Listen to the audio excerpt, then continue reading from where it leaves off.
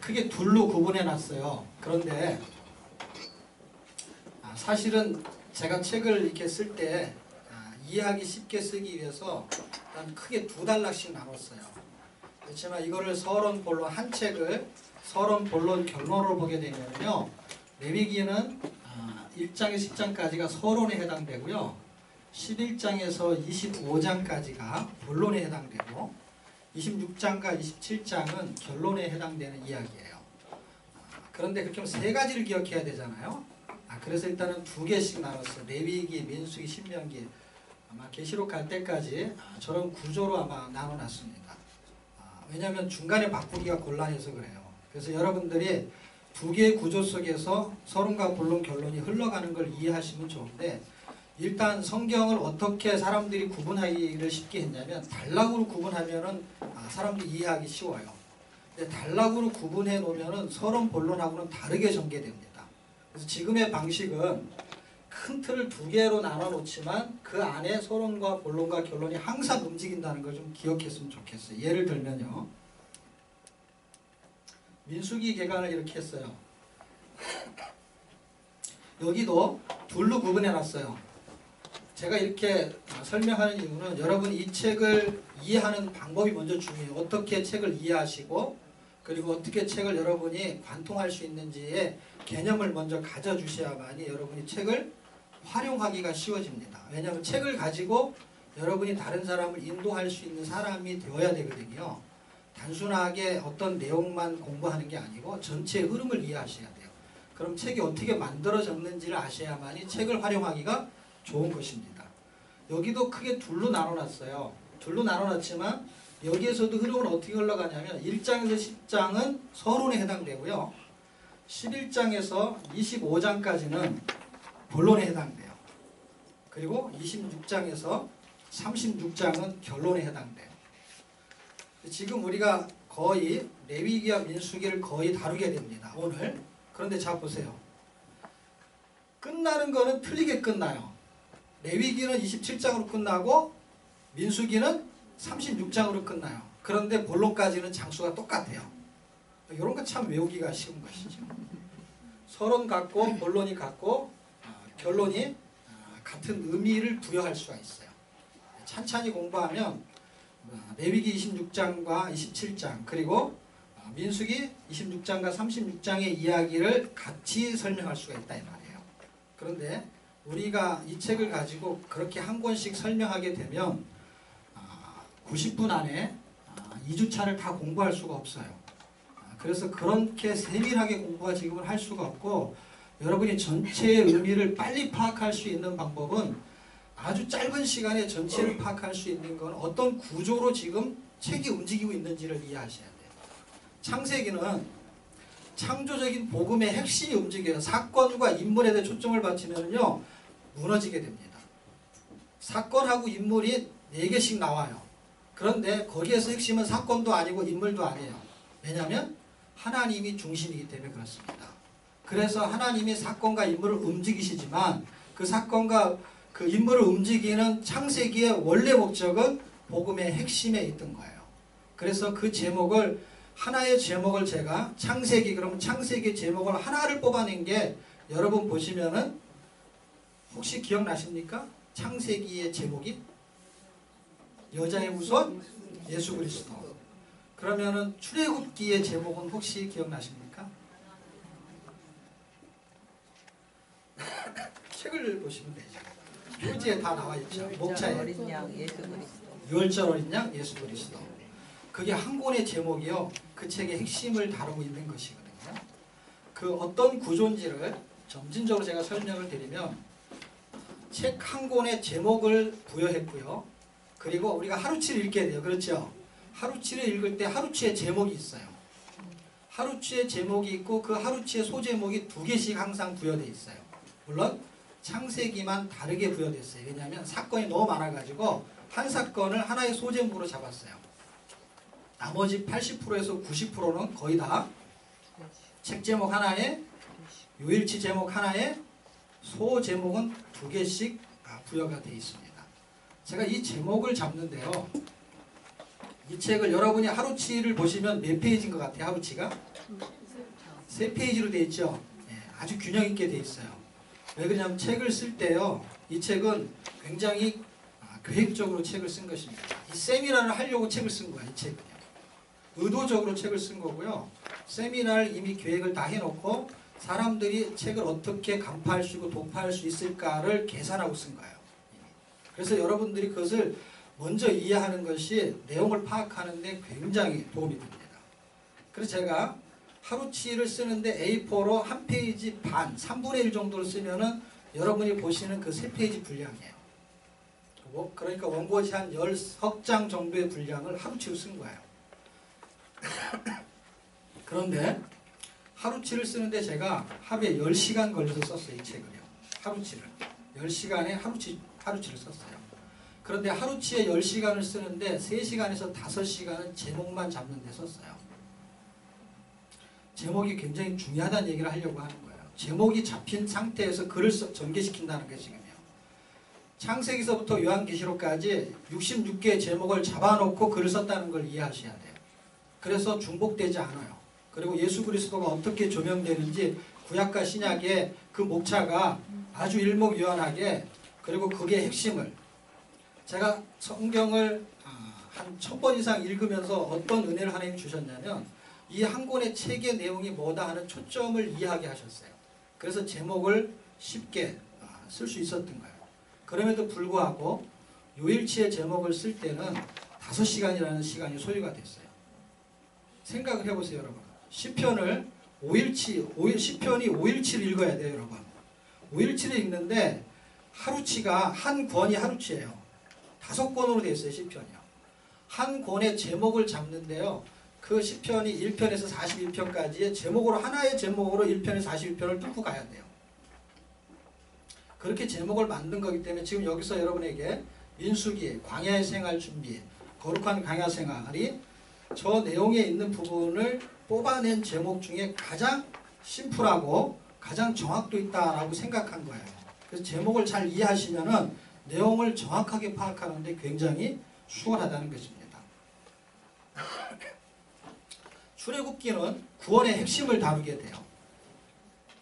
그리고 레위기는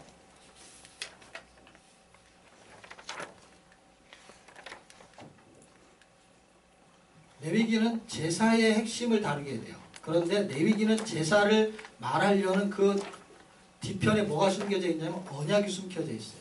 그러니까 언약의 핵심, 복음의 핵심인 창세기에 줄기가 흩어서 구원이라는 걸 발생시키는 출애굽기에 배경이 되는 결과치가, 그 근원적인 이야기가 이 언약에서 출발한다는 거예요. 그래서 레위기가 굉장히 중요한 책 중에 하나입니다. 이 부분을 굉장히 중요하게 다루려고 하고요. 우리가 알고 있는 이 5가지 제사가 도대체 뭘 말하는지를 적어도 이 2주차에서는 완전하게 이해를 하고 가셔야 됩니다. 제가 시간을 좀 많이 여기다 할애를 할 수 있으면 해보려고 합니다. 그 다음에 레위기 다음에는 책이 무슨 책이죠?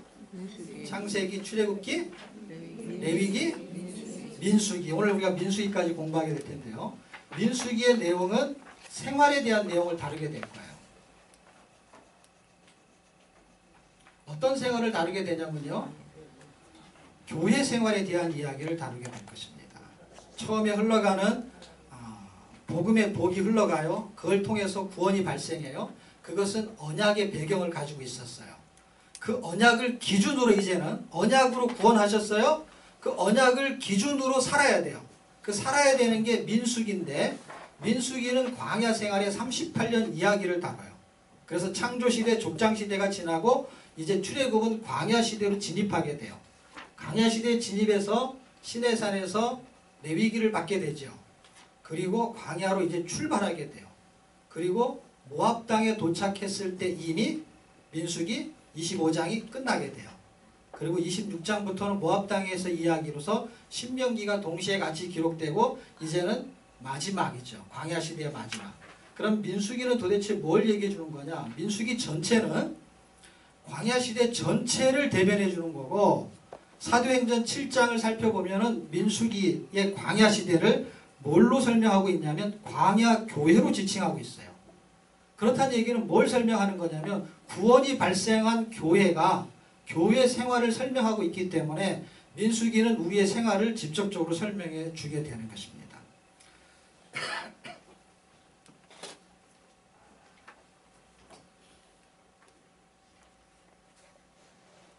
거기까지 선으로 제가 설명을 하고 오늘 해야 될 이야기가요. 성막 이야기가 하나 있고 출애굽기를 지난주에 절반쯤 하고 나머지가 25장부터 몇 장이죠? 40장까지를 우리가 하루치를 읽으면서 이제 출애굽기를 끝내고 그리고 레위기 민수기로 들어가게 돼요. 그런데 이 부분이 아주 중요한 사건입니다. 그래서 성막 이야기를 하나 우리가 다루게 되고요. 그 다음에 이게 끝나면 레위기로 들어가면은 제사 이야기를 다루게 돼요. 그리고 민수기로 들어가게 되면은 교회 생활에 대한 이야기, 광야 이야기를 다루게 됩니다. 세 개의 이야기를 잘 기억하셔야 돼요. 첫 번째가 뭐라고요? 성막 이야기. 두 번째가 제사 이야기. 세 번째가 광야 이야기입니다. 이 세 가지를 기억하십시오. 자, 성막이 7일치 우리가 읽어야 될 분량이 25장에서 40장이에요. 출애굽기는 어떻게 구조가 잡혀 있냐면요. 1장에서 19장까지는 이제 출애굽을 하게 된 경과에 대한 설명이 다 끝나요. 그리고 19장인 그 시내산에 도착한 18장에서 끝나니까 19장이 경계가 되겠죠. 19장에서 언약을 주고 24장까지 그 언약에 대한 이야기를 설명해요. 그리고 25장에서 40장까지는 성막의 이야기가 전개되는데 그냥 성막을 지으면 되는데 성막을 짓게 될 때 설계도를 먼저 줘요. 그리고 성막을 짓게 되는 완성도를 보여줘요. 그런데 아주 재미있는 사건이 하나 있는데 그게 뭐냐면 여기 금송아지 보이시죠? 금송아지 사건이 중간에 낑겨들어요. 그래서 성막의 설계와 성막의 완성은 전체적인 모형도가 이렇습니다. 이 모형도 이거는 하루치 여러분이 어디를 보시면 되냐면요. 저렇게 7일의 창 그러면 페이지가 나오죠. 일단 책하고 파워포인트를 동시에 빨리 보는 방법을 여러분이 제가 설명 안 해도 이해를 해주시면 좋겠어요. 몇 페이지라는 얘기를 제가 안 해도 찾을 수 있으면 좋겠습니다. 68쪽에 보면은 하루치의 제목이 있어요. 성막 설계와 성막 완성이 하루치의 제목이에요. 이 하루치의 제목에 대해서 두 개의 소제목이 있다 그랬잖아요. 그 두 개의 소제목 중에 첫 번째가 뭐죠? 성막 설계고 두 번째가 성막 완성이에요. 그거에 대한 전체적인 창을 열어주는 게 박스가 하나 있죠. 그렇죠? 68쪽에 그거를 하루치 전체 요약을 해놓은 거예요. 그리고 이 내용을 전개시켜 나갑니다. 그래서 이 내용은 창을 한번 읽어보시면 돼요. 왜냐하면 이 설명은 어차피 여기서 하게 될 거니까요. 여기서 이거 하고 보세요. 이거는 하루치의 제목이에요. 그 다음에 소제목 두 개가 있다 그랬죠. 소제목 두 개에 대한 이야기가 여기 다 들어있어요. 그렇죠? 그러니까 이거는 여러분이 책으로 읽으시면 돼요. 그리고 첫 번째 소제목이 성막 설계고요. 두 번째 소제목이 성막 완성이에요. 이 이야기가 7일치의 이야기를 다 커버하고 있습니다. 자, 그런데 여기 보시면 성막을 짓고 성막을 완성하는데 중간에 뭐가 하나 낑기나게 되면요. 돌판이 두 번째 돌판, 우리가 아는 그 돌판이 돌에 새겨진 십계명을 말해요. 그 십계명이 한 번은 깨지고 그 다음에 두 번째 돌판을 다시 만들게 돼요. 그거하고 이 금송아지하고 연관성이 있어요. 그리고 이 이야기는 무엇을 설명하려고 하냐면 복음을 성막을 완성시키는데 율법으로는 성막이 완성될 수 없고 복음으로 완성될 수 있다라는 이야기를 여기서 설명하려는 게 아주 중요한 의미고요. 이거에 대한 이야기를 바울이 고린도 후서에서 아주 정확하게 이것을 인용해서 설명하고 있습니다. 자, 그러면 구조가 어떻게 되냐면 31장까지는 성막 설계에 대한 이야기를 하고요. 32장에서 40장까지 성막 완성 이야기를 하는데 32장, 33장, 34장까지는 금송아지 사건을 이야기해요. 그리고 35장에서 40장까지의 이야기가 성막이 완성된 이야기를 다루게 됩니다. 이 전체적인 구조를 이해한 상태에서 성막이 왜 복음의 모형도인지를 설명해 보려고 합니다. 성막의 설계도는 복음의 모형도하고 아주 흡사합니다. 하나님이 우리에게 율법을 주셨어요. 그리고 또 하나 준 게 있는데 그게 성막이에요. 율법과 성막을 주었어요. 율법을 통해서는 뭐를 깨달을 수 있냐면 죄를 깨달을 수 있어요. 그렇죠. 율법을 통해서는 죄를 깨달을 수 있어요. 그런데 자 보세요. 율법이 좋은 거예요? 나쁜 거예요? 근데 율법이 없어야만이 죄라는 거를 인식할 수가 없잖아요. 율법 때문에 내가 죄인이 되는 거잖아요. 그래서 이상하게 안 좋은 것처럼 비춰졌어요. 그래서 바울은 율법이 절대 나쁜 게 아니라고 말해요. 그럼 여기서도 설명을 해야 돼요. 왜냐하면 구약의 이야기가 신약에서 전개될 때 잘 생각해 보세요. 바울이 성경을 13권이나 썼어요. 히브리서까지 썼다고 가정하면 14권이 돼요. 신약 성경에 거반 다 썼어요. 복음서를 제외하면. 그러면 바울이 1차, 2차, 3차 전도여행을 떠나면서 복음을 전하면서 그가 성경을 쓰는 그 이야기들의 텍스트가 뭘까요? 구약 성경이 텍스트가 되는 거죠. 구약 성경을 풀이하고 설명하고 설교한 것이 뭐가 된 거예요? 신약 성경이 된 거예요. 그러니까 신약 성경은 결국 무엇을 설명한 거냐면 구약 성경을 설명해 놓은 게 신약 성경인 거예요. 그 굉장히 의미가 놀라운 것입니다. 지금 율법이 나쁜 게 아니고 좋은 것이다라는 게 무슨 뜻이냐면 죄를 깨닫게 하는데 반대로 율법은 뭘 깨닫게 하는 거냐면 은혜를 깨닫게 하는 거기 때문에 좋은 거라는 거예요. 그래서 율법은 은혜를 깨닫게 합니다. 여기서 그 은혜를 만나실 수가 있는 것입니다. 그 제사를 통해서 그리고 성막의 설계도를 통해서 이제 이 성막에서 제사가 진행이 돼요. 그런데 제사가 어떻게 진행이 되냐면 죄인이 제물을 갖고 와서 그 제물에 안수를 해서 죄를 전가시켜야만이 죄가 없어지게 되는 그 제사를 진행시키는 곳이 어디냐면 성막이라는 곳입니다. 그런데 성막은 우리가 그래도 조금 공부한 사람들의 예를 들면 성막은 다 뭘로 알고 있어요? 예수 그리스도로 알고 있습니다. 그래서 성막은 예수 그리스도의 모형이에요. 다시 말하면 율법으로 죄를 진 사람이 성막에 가서 제사를 지내서 죄를 해결받아요. 이 구조가 뭘 설명하는 거냐면 죄는 성막에서 해결받는다라는 것을 인식시켜요. 그렇다면 죄는 예수 그리스도만 해결할 수 있다는 얘기를 하고 있는 거예요. 그렇기 때문에 죄는 은혜를 깨닫게 하는 그런 놀라운 과정을 거쳐가게 됩니다. 율법과 성막은 어떤 그림자냐면 복음과 참 성전의 그림자를 보여주고 있습니다. 자, 그러면 그 모형도를 한번 살펴보시면요. 처음에 출입문을 통해서 사람이 들어가게 되죠. 그럴 때 이 문은 양의 문이라고 해서 요한복음 10장에 보면 내가 문이다 이렇게 말합니다. 그래서 다른 데로 들어가면 안 된다라는 것입니다. 그 문을 통과해서 어디를 거쳐야 되냐면 번제단을 거치게 됩니다. 이 번제단은 유월절 어린 양의 희생을 상징하게 됩니다. 이 부분은 이제 레위기에 대한 제사법에서 좀 더 정확하게 설명이 되어질 것입니다. 그리고 물두멍에 가서 손을 씻게 되죠. 이것은 구원의 표징으로 출애굽이 유월절 어린 양의 피로 구속되고 홍해를 건너서 세례 침례를 받는 것을 의미합니다. 이 과정을 거쳐서 그리스도와 연합을 하게 되죠. 이런 과정이 이 안에서 성소와 지성소에서 어떻게 이루어지는지를 좀 더 명확하게 설명하는 거예요. 자 보세요. 여기서부터 출발해요. 양의 문, 예수님께 들어감이 있다면 구원이에요. 근데 구원의 과정을 여기서 전체적으로 한번 설명해주고 이 안에서 세부적으로 설명해줘요. 여기서 세부적으로 설명해주는 거를 지성소 안에 가면 더 완벽하게 설명을 해요. 그러니까 점진적으로 설명하는 거예요. 여기서부터 저 끝까지 가는 게 아니라 이미 간 거예요. 어떻게 갔냐면 유월절 어린 양이 죽어서 출애굽을 했잖아요. 그거에 대한 설명이 이미 구원이 끝난 거예요. 그거에 대한 설명을 계속해서 하고 있다는 거예요. 성경은요. 그러니까 반복적으로 점층적으로 그리고 완전하게 부분적으로 부분적인 것을 다 설명해서 완전한 걸 이루게 돼요. 그 부분이 지금 세밀하게 진행되고 있는 성막의 설계들을 통해서 우리가 확인할 수가 있는데 진설병의 떡상은 예수 그리스도의 생명의 떡을 상징하고요. 등대는 생명의 빛을 상시게.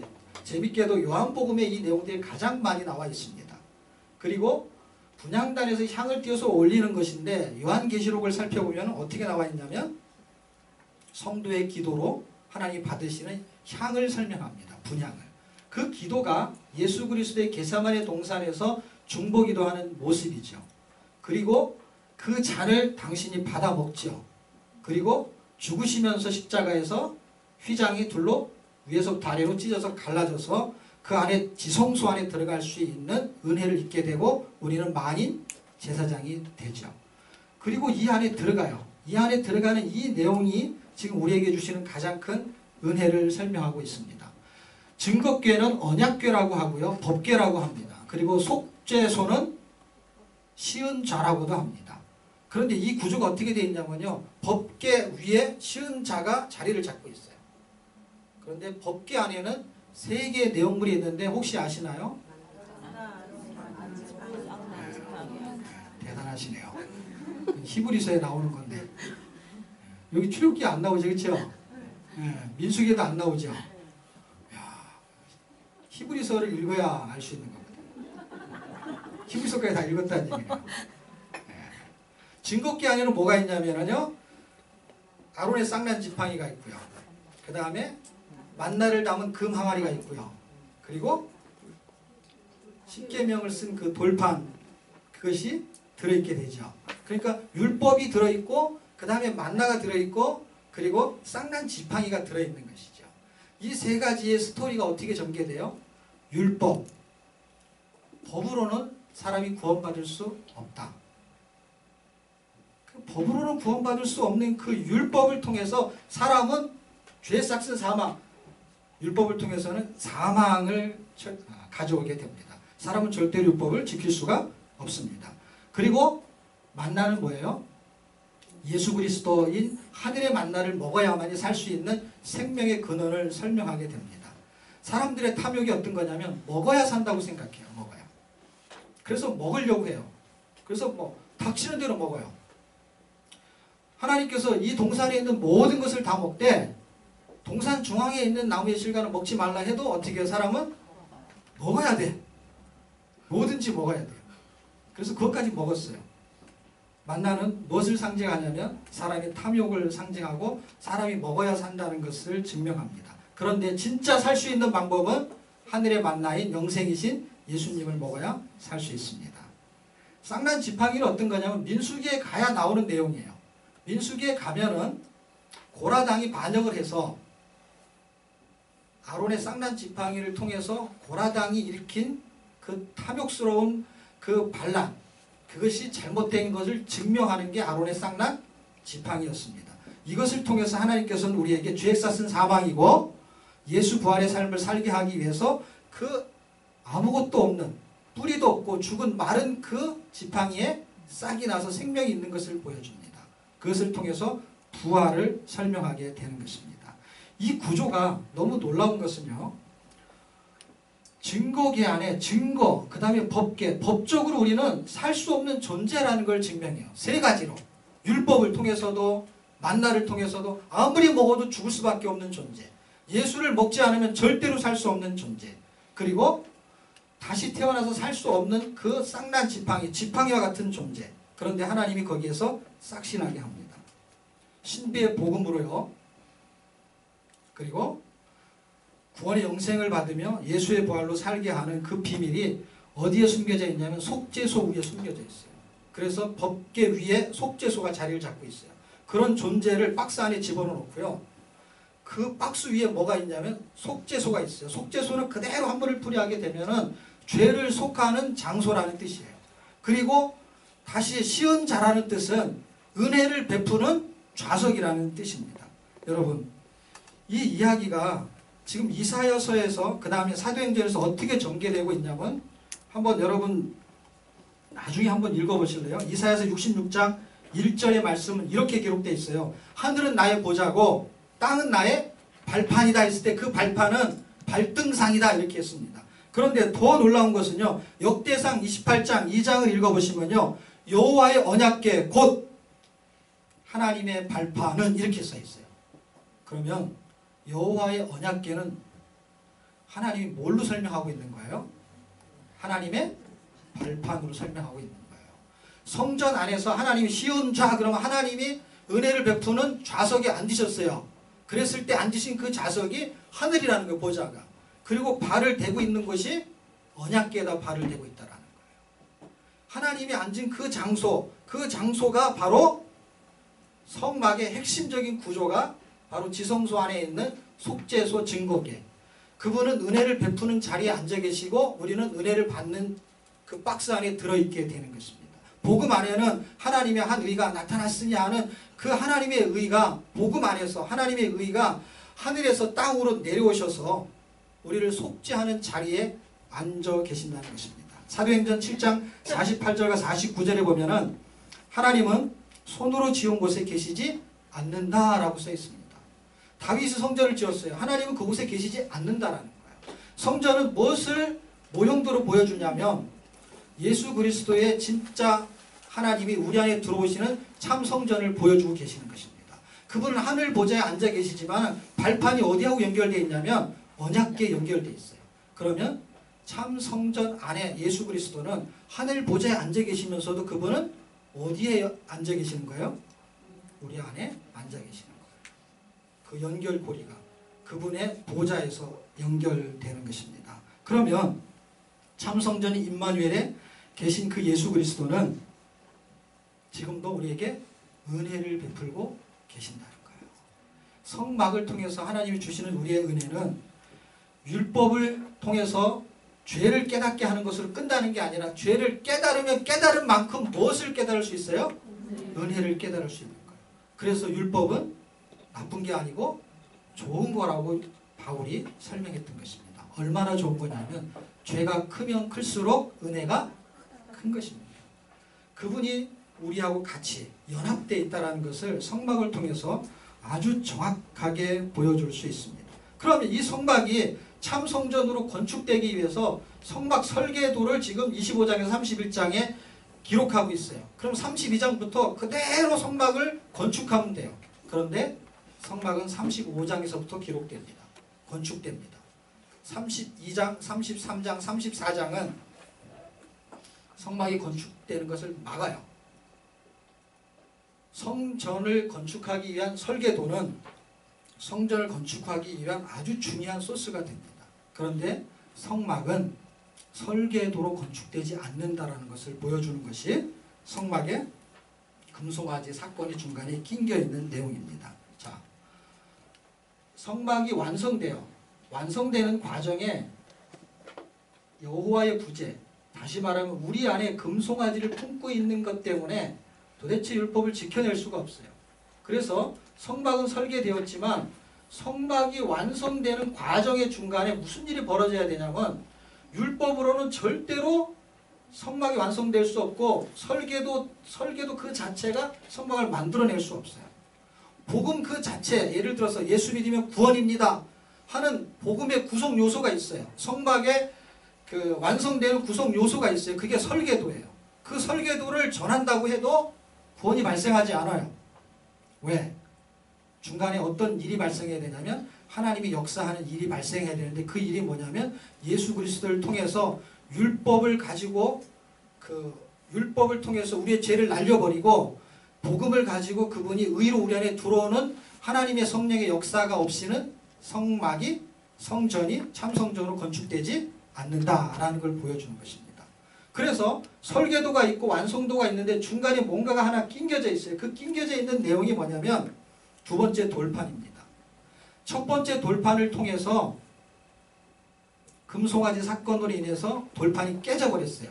그것은 율법으로는 성막이 건축될 수 없다라는 걸 설명한 겁니다.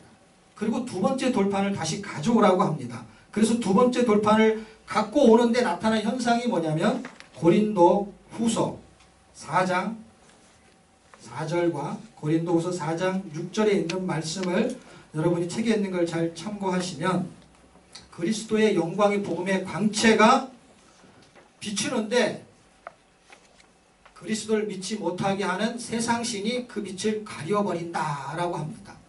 그럴 때 성막에서 나타나는 현상 중에 모세에게 광채가, 그 비밀의 광채가 나타나게 되었어요.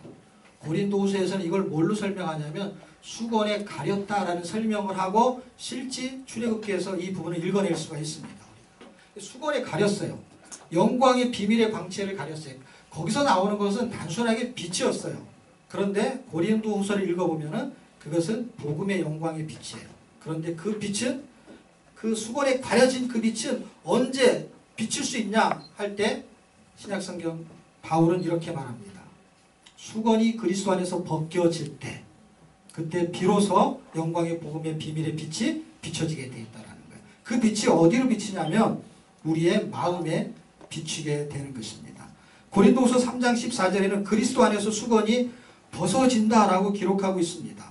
벗어진다라는 건 뭐예요? 수건이 벗어진다라는 것은 내 생각이, 내 율법이, 내 기준이, 그리고 내가 갖고 있는 고집과 지식과 자아가 벗겨질 때를 말하는 것입니다.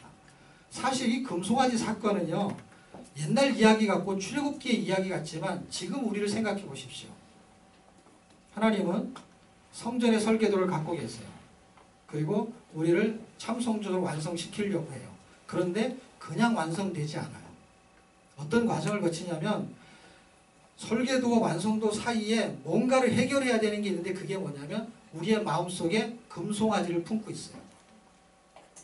이 사람들이 하나님을 섬긴다고 하면서 모양체를 만들어낸 게 뭐였냐면 금송아지였어요.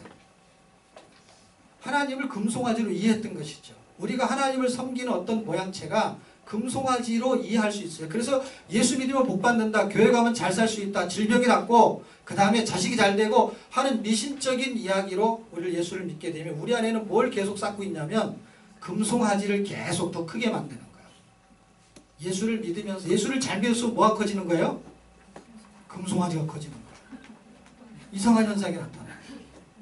점점점 금송아지가 커져요. 자식도 잘 되고 옷도 좋은 옷 입고 뭐 생활이 윤택해져요. 그리고 이유는 뭐예요? 내가 예수를 잘 믿었기 때문에 이랬다. 그러면 욥에게는 왜 그런 일이 일어나죠? 욥에게는 왜 고난이 일어날 때 그런 것들을 다 날려버리죠? 그리고 하나님은 그것을 왜 시험하시죠? 우리 안에 있는 금송아지를 하나님은 날려버리겠다는, 진짜 신앙이 어떤 것인지를 보여주는데, 진짜 신앙은 우리가 성전으로 건축되어질 때 하나님 우리를 뭘 날리시려고 하냐면 우리 안에 있는 금송아지를 깨버리겠다는 거예요.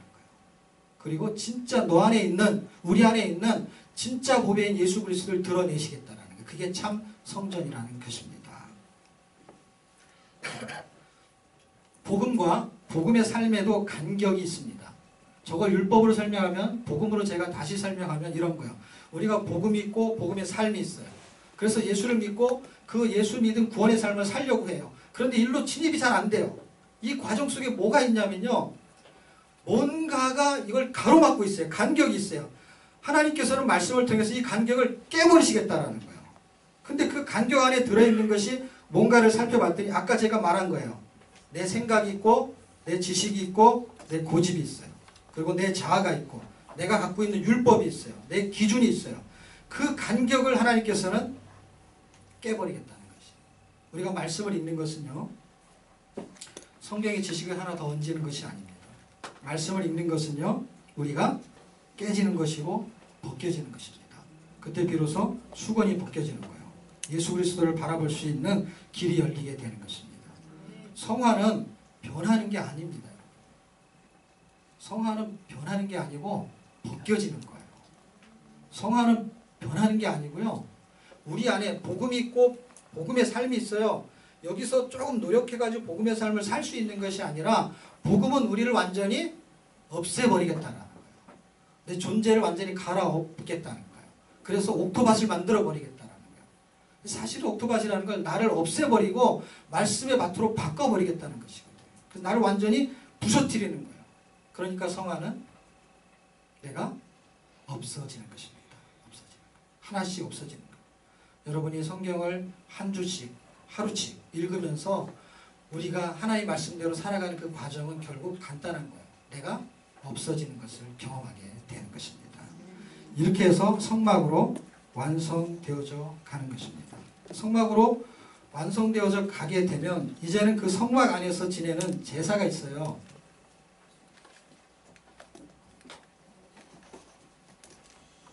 제사가 있는데 우리가 하루 7일 가야 될 분량이 1장에서 10장까지야. 이게 서론에 해당되는 이야기입니다. 제사법이 있고 거룩법이 있어요. 레위기에는. 이 두 가지의 법이 흘러가게 됩니다.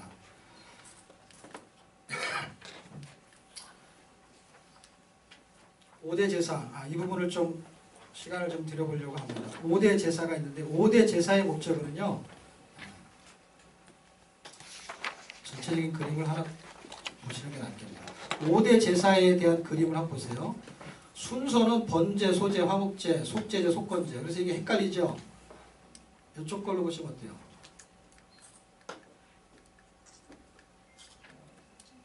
순서대로 되어 있죠. 번제, 소제, 화목제, 속제, 속건제. 자, 보세요.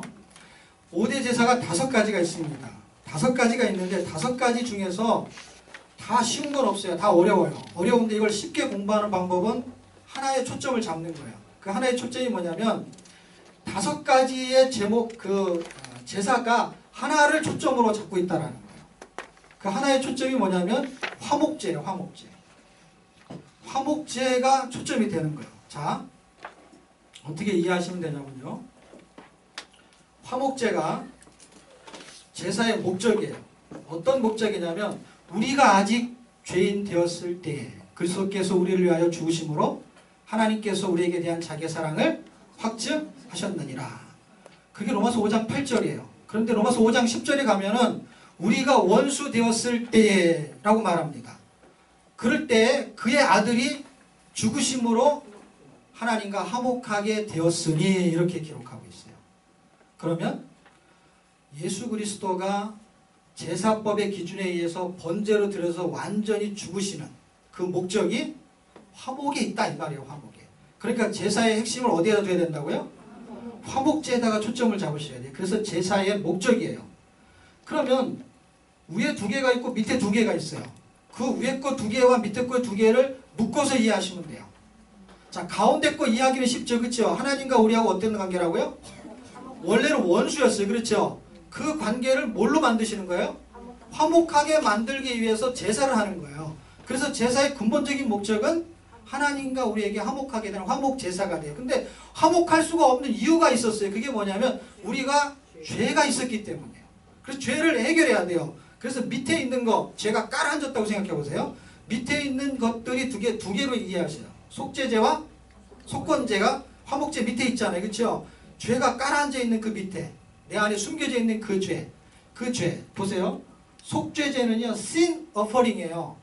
속건제는요 이게 2개가 왜 헷갈리냐면요 이름도 비슷하고 그렇죠?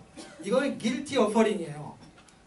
요 2개에 대한 이해가 필요한데 속죄제는 죄의 속성이 근본적인 죄를 말해요.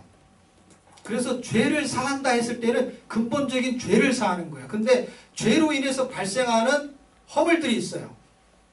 죄로 인해서 발생하는 내용이 있단 말이에요. 죄의 근본이 있고 죄로 인해서 파생되는 것들이 있단 말이에요. 그래서 속죄제는 죄에 대한 근본적인 내용을 설명하는 거고 속건제는 그것으로 인해서 발생되는 허물을 설명하는 거예요. 이 2가지가 다 죄예요.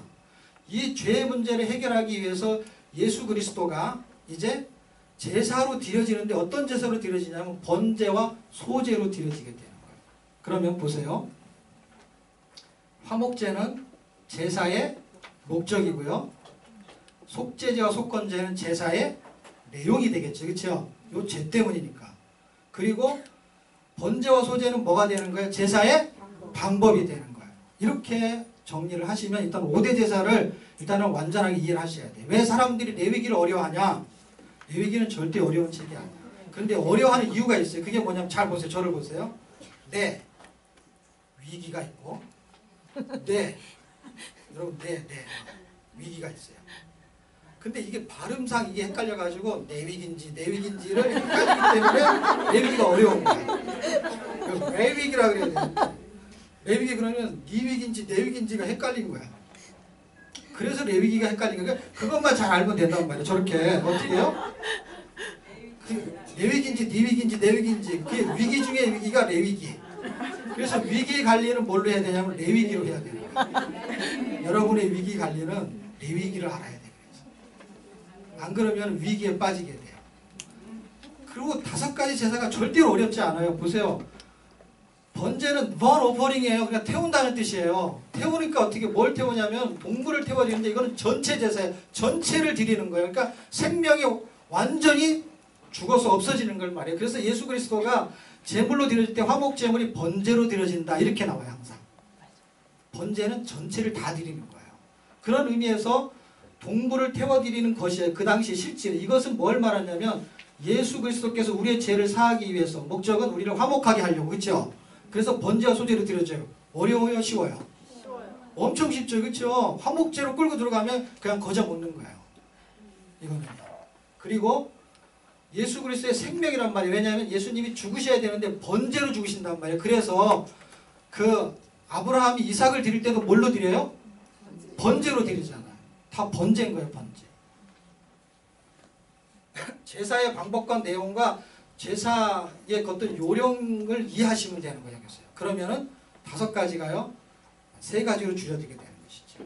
그러면서 정리가 되는 것입니다. 그리고 소제는 곡식을 태워드리는 건데 곡식이라는 건 뭐냐면 내가 노력한 게 있죠. 노력한 거에 대한 재산 이런 걸 드리는 거예요. 그러니까 예수 그리스도가 그분이 생명을 드리고 그 다음에 사명을 가지고 우리에게 그분이 시간을 들이시고 지혜를 들이시고 노력을 들여서 우리를 위해서 사랑을 축복하는 삶을 사셨던 것. 이것을 본받는 삶을 사는 게 지금 5대 제사의 목적인 거예요. 제사는 죽는다는 뜻을 가지고 있어요. 그리고 제사는 죄를 사한다는 뜻을 가지고 있어요. 그런데 어떻게 제사를 통해서 죄가 없어지냐? 한번 생각해 보세요. 죄가 세탁기에 놓고 돌리면 죄가 깨끗해집니까? 죄라는 건 이게 외형적인 게 아니야. 그러면은 내형적이라고 합시다. 그럼 옥시크린을 먹으면 깨끗해집니까? 겉으로 안으로 무슨 짓을 해도 죄가 없어지지 않아요. 에스겔을 읽으면 너무 놀라운 것은 뭐냐면요. 1장부터 24장 갈 때까지 쭉 뭐라 그러냐면 죄를 베끼려고 해도 죄가 베껴지지 않는다라는 결론. 26장을 가면서 하나님이 우리한테 인식을 시켜주는 게 뭐냐면 죄는 절대로 벗겨지지 않는다라는 거예요. 그 녹그릇에다 놓고 뜨거운 물로 삶고 그냥 막 불로 태우고 해도요. 죄의 놋이 없어지지 않는다는 게 그냥 남아있다는 게 그래서 하나님이 방법을 설명해요. 에스겔에서 뭐라고 얘기하시냐면 도대체 내가 어떤 노력을 해도 이놈의 죄가 깨끗해지지 않는구나. 그래서 내가 죽여야 되겠다. 이렇게 말합니다. 죽여버리고 다시 새롭게 해야 되겠다. 하나님의 방법은 우리를 깨끗게 하려고 노력한 방법이 여러 가지가 있는데 그런 사람의 노력으로는 절대로 깨끗해질 수 없다라는 것을 에스겔에서 설명하고 그리고 제사법으로 설명하는데 죄는 절대로 없어지지 않는다는 거예요. 죄를 지으면 감옥에 가요. 그럼 감옥에 갔다 오면 죄가 없어집니까? 감옥에 갔다 오도 죄가 없어지지 않아요. 이유는 간단해요. 죄에 대한 기준 때문에 그래요. 죄에 대한 기준이 뭐냐면 성경에서 말하는 죄에 대한 기준은 하나님의 말씀을 어긴 것을 죄로 보기 때문에 그렇습니다. 그래서 죄에 대한 기준 자체를 정의해야만이 이 부분이 해결될 수 있어요. 예수가 하나님의 능력이기에 그분만이 죄를 해결할 수 있는 것입니다. 소제가 있고요. 소제는 헌신으로 드리는 것입니다. 하나님께 헌신해서 드리는 거예요. 자기의 그 헌신해서 드리는데 우리도 헌신하잖아요. 그렇죠? 수고하고 나름대로 예수 믿고 구원받아서 예수 생명으로 살면서 예수의 사명으로 살려고 헌금도 하고 시간도 드리고 여러 가지 노력을 합니다. 그런데 아주 중요한 기준이 있어요. 소제는. 번제는 죄를 태우는 거라면요. 소제는 삶을 태우는 거예요. 우리의 삶을 불사르는 것입니다. 그런데 순종하지 않는 섬김은 자기의 의를 드러내는 것이고요. 사랑하지 않는 섬김은 자기의 열심에 불과한 것입니다. 이 섬김의 기준을 소제에서 설명해 주고 있는 것입니다. 화목제물은 이런 것입니다. 자존심을 버리는 것입니다. 자존심. 왜 지금 아까 설명은 다 했어요. 지금 번제하고 소제를 설명하면서 죄를 태우고 삶을 태우고 자존심을 버린다는 것은 어떤 의미로 설명하려는 거냐면 두 번째 보시면요. 제사장의 위임법이 있습니다. 이 법의 기준에 의해서 제가 설명을 해보려고 합니다. 근데 그림을 바꾸면 여러분이 5대 제사를 잊어버릴까봐 그림을 여기다 같이 그냥 띄워놓고 5대 제사를 할 때 제사를 지낼 때는 제물이 있고 제사를 지내려는 죄인이 있어요. 그런데 이 제사를 진행하는 사람이 누구냐면 제사장이에요. 제사장에게 제사를 위임하시는 거예요. 하나님이. 위임할 때 이것이 우리에게 무슨 상관이냐 할 때 하나님이 우리에게 왕같은 제사장으로 우리에게 이 제사를 위임했다 이 말이에요. 어떻게? 5대 제사를 어떻게 위임하시냐? 로마서 12장 1절에 산 제사로 산 제물로 우리를 제사장으로 위임한 거예요. 베드로전서 2장 9절에 우리는 왕같은 제사장이고 우리에게 어떻게 제사를 지내기를 원하냐면 삶을 불태우는 산 제사로 산 제물로 살기를 원하시는 거예요. 그때 하나님이 기뻐하신다는 거예요. 하나님이 기뻐하시는 제사를 드리라는 거예요. 어떻게? 번제로 죄를 태우고 소제로 삶을 불태우고 화목제로 자존심을 버리라는 거예요. 그 자존심을 버리라는 게 뭐냐면요. 잠언 16장 7절 말씀을 기록하시세요. 사람의 행위가 여호와를 기쁘시게 하면 그 사람의 원수라도 그로 더불어 화목하게 하신다. 하나님께서 잠언에 말씀한 대로 고린도후서에 우리를 뭐로 부르셨냐면요. 화목케 하는 직책을 주시고 우리에게 그리스도의 대사라고 하셨습니다. 그럼 결국에는 화목제 그러니까 화목제사를 목적으로 예수님이 오셨어요.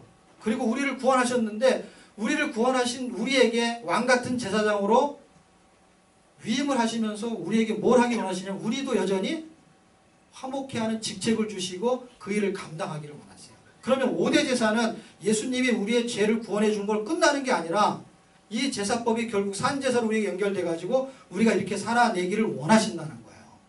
그러면은 성경은 지금 구원받고 예수님이 그렇게 사셨구나 하는 얘기로 끝나는 게 아니고 그분이 우리 안에 들어오셔가지고 번제와 소제와 화목제와 속제제와 속건제로 우리 안에서 살아내기를 원하시는 거예요.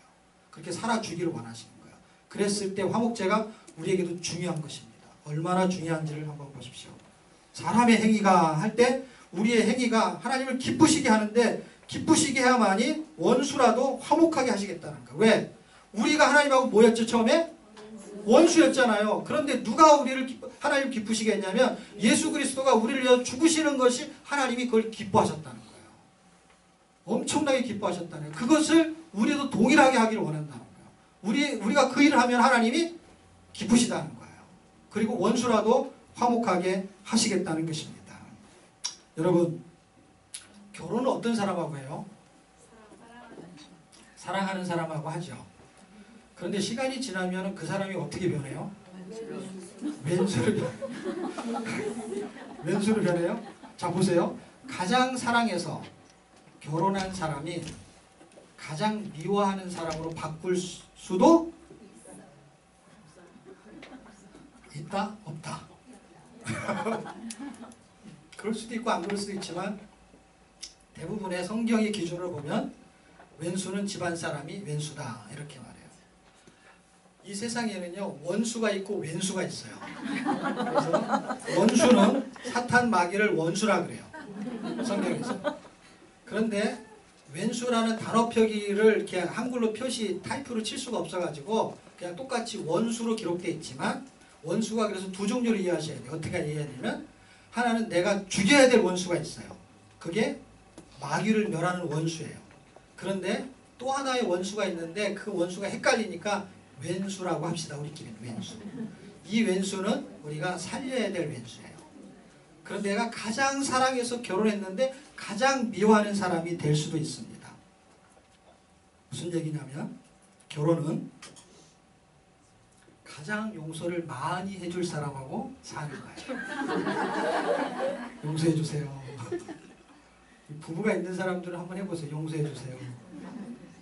부부가 있는 사람이 우리하고 조장님하고 또 조원들 중에서 한 세 커플이 있는 것 같아요. 그렇죠? 강사, 조장, 조원 이렇게 아주 가장 용서를 많이 해줄 사람하고 사는 거예요. 함께 있다라는 거. 결혼하지 않았지만 이렇게 함께 같은 교우, 같은 집에 사는 자녀 함께 있다라는 것은요 동일합니다.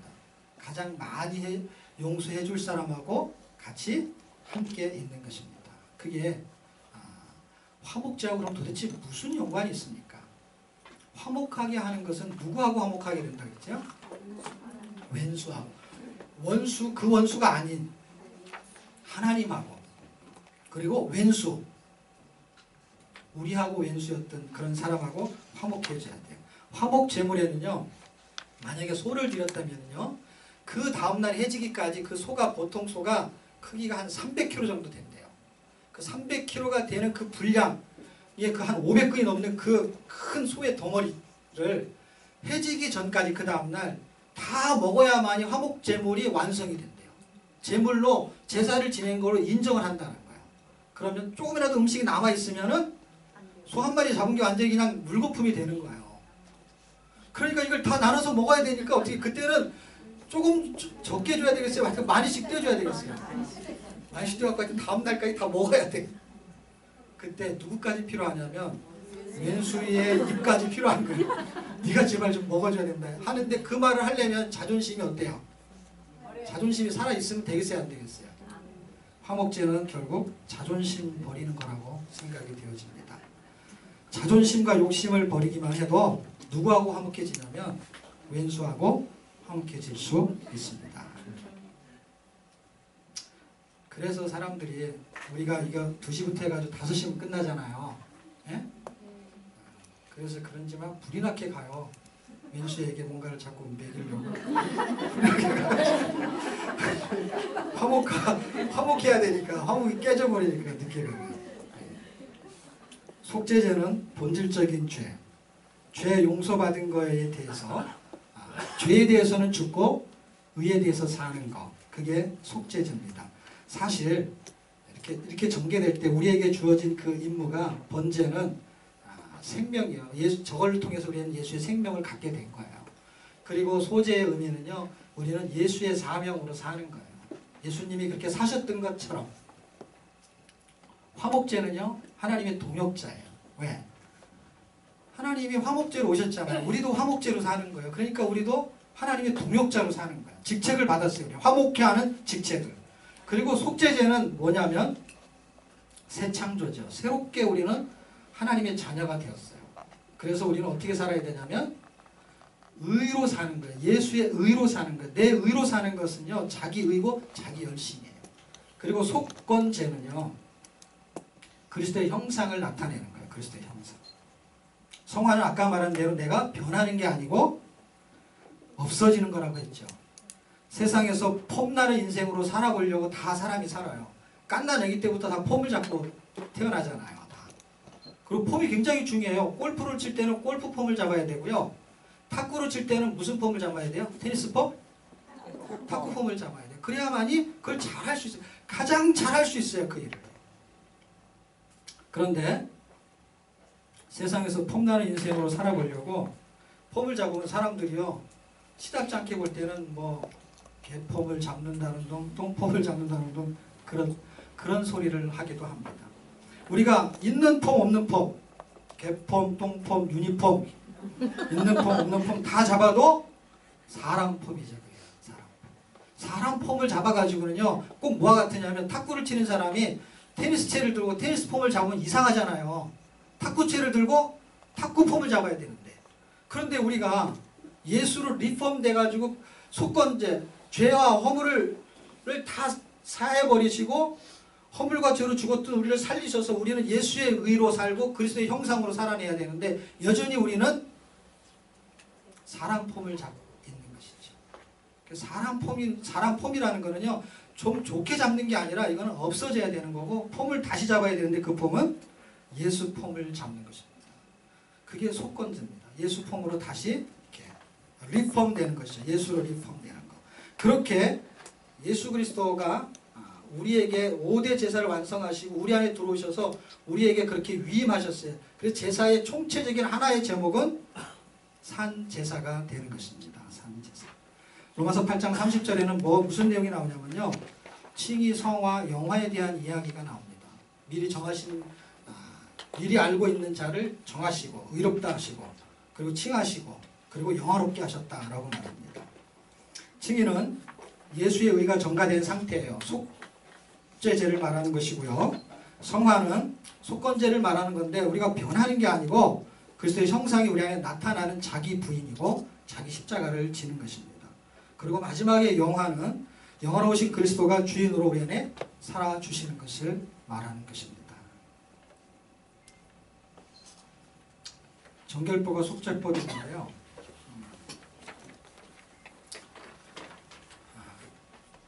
이 9일치하고 10일치를 동시에 해야 될 것 같아요. 자 보세요. 요거는 9일치의 창이에요. 거룩하게 살아야 되는데 몸의 거룩과 삶의 거룩 두 가지로 구분할 수 있어요. 그리고 그렇게 살게 하는 것은요. 속죄법에 의해서 살게 해요. 속죄법이라는 것은 레위기 16장에 나오는 이야기예요. 속죄법이라는 것은 아사셀, 예수 그리스도의 모형이죠. 예수 그리스도의 모형으로 이 아사셀 염소가 아사셀로 세워져서 광야로 내어 쫓기면서 죽게 돼요. 그래서 아사셀의 뜻은 내어놈이라는 뜻을 갖고 있어요. 내어놈. 이 그리스도의 피로 인해서 몸의 거룩과 삶의 거룩으로 살 수 있는 힘이 나오게 됩니다. 엄청난 힘이. 자, 그런데 몸의 거룩은 뭐에 해당되는 거냐면 5가지 거룩을 말해요. 우리 책에서 5가지 거룩인데 보세요. 11장에서 25장까지 5가지 거룩을 말해요. 첫 번째는 음식이고요.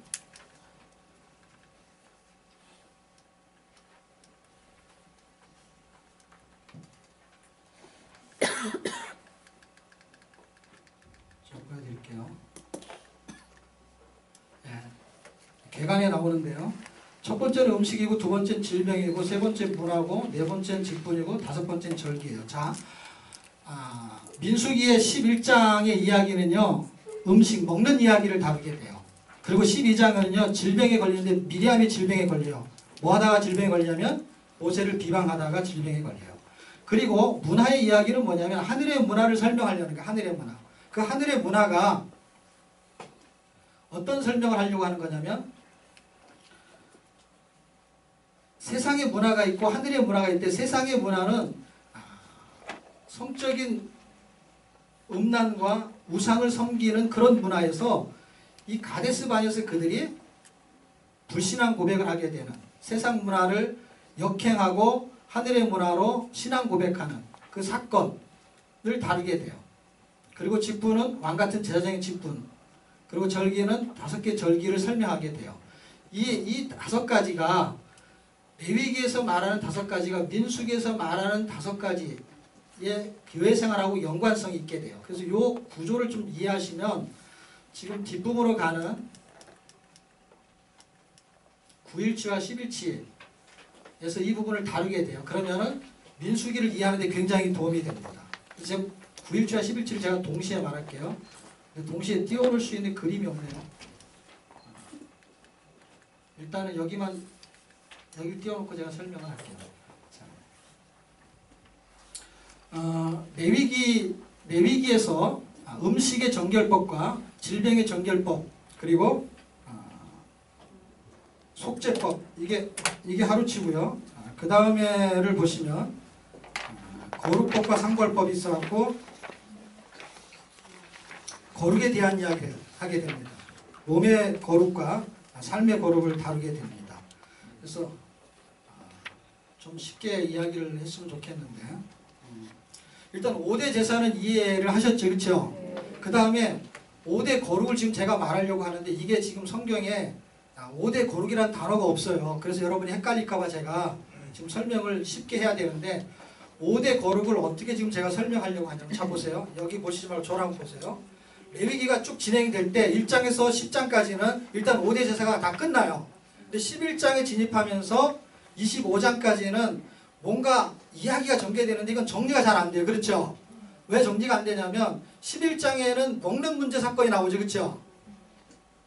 기억 안 나시나? 네. 뭐를 먹어라 먹지 마라 얘기하죠. 네. 그리고 12장부터 가면서 이야기는 다 질병에 대한 일을 쭉 하죠. 네. 12장, 13장, 14장, 15장 계속 그 이야기를 하게 돼요. 질병의 문제를 다루게 돼요. 자 보세요. 제목을 끄집어내는 거예요. 11장은 제목을 잡으니까 음식에 대한 이야기죠. 그렇죠? 네. 그리고 그 다음부터는 무슨 이야기예요? 질병에 대한 이야기가 나와요. 그런데 18장, 19장, 20장을 가게 되면은 무슨 이야기가 나오냐면 가나안에 있는 풍속도 쫓지 말고 애굽에 있는 풍속도 쫓지 말라 했어요. 풍속은 뭐라는 뜻이에요? 문화라는 뜻으로 설명할 수가 있죠. 그러니까 문화라는 제목을 잡은 거야 제가. 그렇죠? 그리고 나서는 제사장 이야기가 나오죠. 그렇죠? 제사장 이야기가 나오니까 그거는 직분에 해당되는 거죠. 그리고 뒷부분에는 절기가 나오죠. 유월절, 초막절 이런 절기가 나오죠. 그 절기에 대해서 거룩하기를 원하시는 거예요. 하나님께서. 그래서 제목을 절기로 잡은 거예요. 그리고 나머지 두 장이 이제 상벌에 대한 이야기를 하죠. 26장과 27장. 이게 지금 레위기 뒷부분인데 이 뒷부분의 얘기를 지금 이틀치에 나눠서 나오거든요. 이틀치에서 나눠서 나오는 것을 설명하면 시간만 길어지니까 그냥 그거를 이틀치를 한꺼번에 꿰서 설명을 해볼게요. 저 도표를 보면 제가 시간을 맞추기 어려울 것 같아요. 그래서 음식으로 가요. 음식은 11장이에요.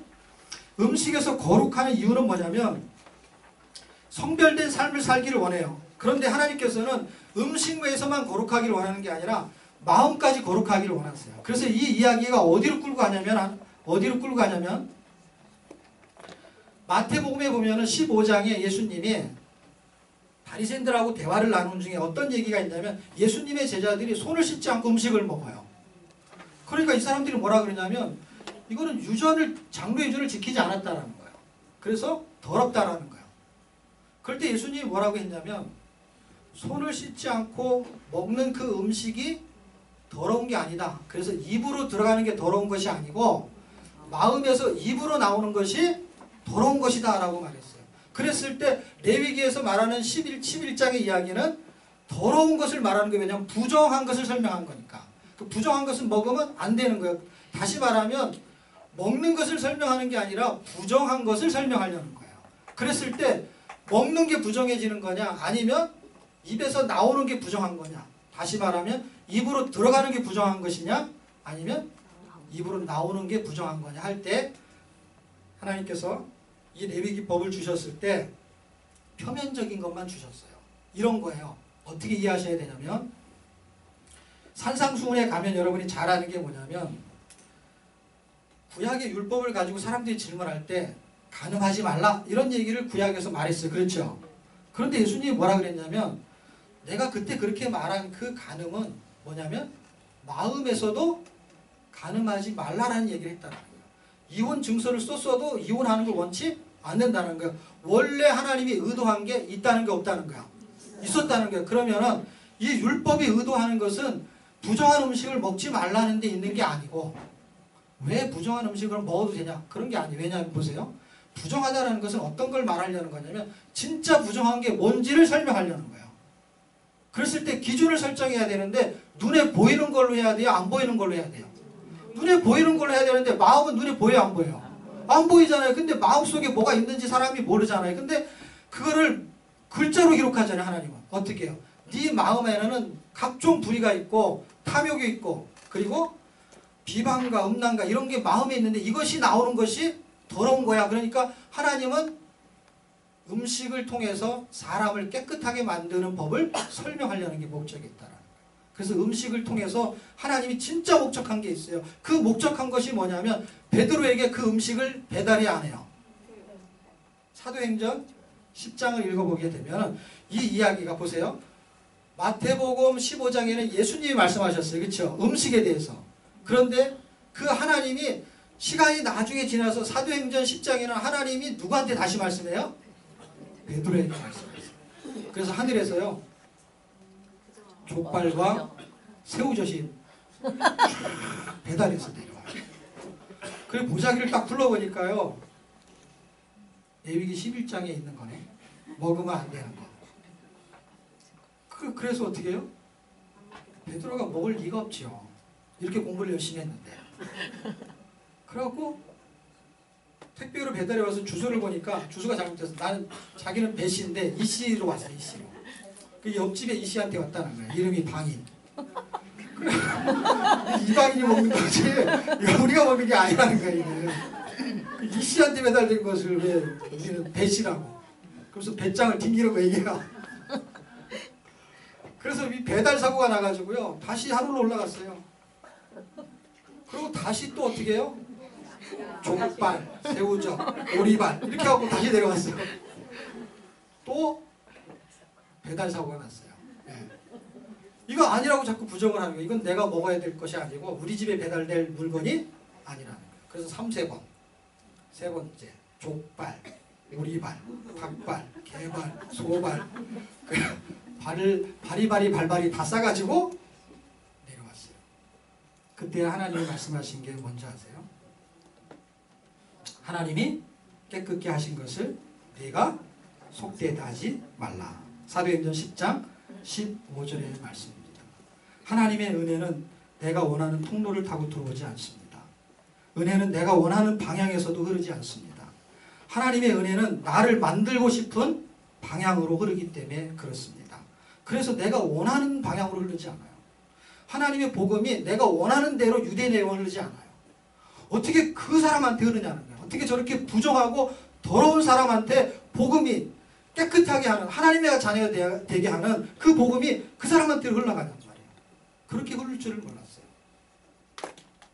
하나님이 깨끗하게 하신 것을 내가 속되게 하지 말아라 하는 말씀이 저는 어떻게 깨달아지냐면요. 하나님은 내가 용서할 수 없는 자를 용서하시겠다는 것입니다. 하나님은 내가 더럽고 속되다가 하는 자를 깨끗하게 하시겠다는 것입니다. 하나님은 내가 미워하는 자를 어떻게 하시겠다? 사랑하시겠다는 것입니다. 용서는 사랑의 연습입니다. 사랑하라는 게 아니에요. 사랑할 수가 없어요. 아직은 우리가. 그런데 용서할 수 있어요. 왜? 그것은 연습이기 때문에. 용서해보는 거예요. 축복은 사랑의 열매입니다. 우리가 용서하고 사랑하고 축복할 수 있는 것, 그거의 출발은 용서입니다. 용서하는 자, 복된 자입니다. 하나님이 사랑하는 자를 내가 미워하지 말라. 통복음 1장 1절. 하나씩 만들어서 적어놓으세요. 표를 만들어가지고. 질병은 영혼까지 거룩하게 합니다. 음식은 그렇습니다. 그리고 그 다음날 치에 속죄법도 그냥 넘어갈게요. 거룩법. 거룩에는 몸의 거룩과 삶의 거룩이 있습니다. 5가지 중에서 몸의 거룩은 음식과 질병 2가지를 지금 우리가 했고요. 그리고 17장에서 25장까지 중에 삶의 거룩이 나오는데 삶의 거룩은 3가지입니다. 그 3가지가 뭐냐면 문화와 직분과 절기인데요. 세상의 문화에서 거룩한 것이고요. 성도라는 직분, 왕같은 제사장의 직분에서 거룩한 것이고요. 그 다음에 절기는 무슨 뜻이냐면 예배를 말하는 거예요. 그래서 예배에서 거룩한 것을 말합니다.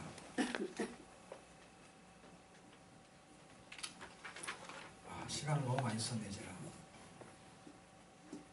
자, 문화에서 거룩한 거요. 문화에서 거룩한 거에서 아까 제가 설명했듯이 자 보세요. 성경을 잘 보시면요. 레위기 18장에는 어떻게 기록되어 있냐면 너희가 전에 살았던 애굽의 풍속에서 애굽의 풍속도 쫓지 말고 그 다음에 앞으로 들어갈 가나안 땅의 풍속도 쫓지 말라 이렇게 말합니다. 그런데 애굽도 세상을 상징하고 가나안도 세상을 상징해요. 그랬을 때 제가 아주 굉장히 헷갈린 게 뭐냐면 애굽은 뭐고 가나안은 도대체 무엇일까? 사실은 애굽은 세상을 상징하면서 가나안은 다른 각도에서는 천국을 상징해요. 그런데 지금 성경은 천국을 상징하면서 동시에 그 가나안을 뭘로 상징하냐면 세상으로 상징한다. 이 2가지 이해를 잘 하셔야 됩니다. 그래서 제가 고민하고 제 마음속에서 깨달음은 있었어요. 근데 이거를 논리적으로 설명하는 데는 굉장한 시간이 걸리더라고요. 그래서 하나님이 이 책을 쓰면서 애굽과 가나안의 아주 정확한 경계선을 깨닫게 되었어요. 그래서 제가 깨달은 게 이런 거예요.